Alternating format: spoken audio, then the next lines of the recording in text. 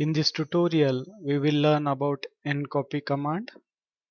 Ncopy command is useful to copy objects from blocks and external references into current drawing. In this drawing, I have inserted this block and added this external reference.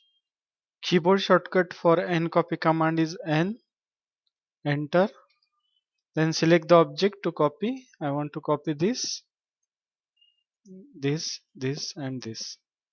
Then enter, then give the base point, give the second point where you want to copy. Same way you can copy from external reference also. You can give Ncopy command from here, click on modify, and here is Ncopy, copy nested object. Click, then select the object you want to copy.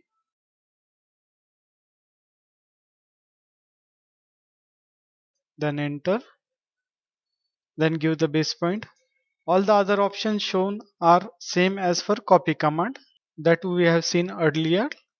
If you want to see the other options, how to use them, I will give a link in the description. From that link, you can learn all the options from copy command. Then give the second point where you want to copy.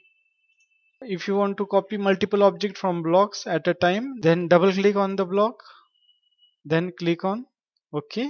Then give the copy command from home, and here is the copy command in the clipboard. Click on this copy clip, select the multiple object, then enter. Then from here close the block editor. I don't want to make any changes. Click on this, discard the changes and close the block editor, and then paste here. Paste. In this way you can copy the multiple objects. Same way if you want to copy multiple object from external reference object, then click on the external reference object. Then from here click on this edit reference in place. Then select this option, prompt to select nested object. Then click on OK. Then click on OK. Suppose I want to copy this table outside. Select the table, enter. Then using regular copy command, click on home, click on the copy command, select the object, enter. Then give the second point where you want to copy. Then click here and select here remove from working set. Select the object you want to remove, enter.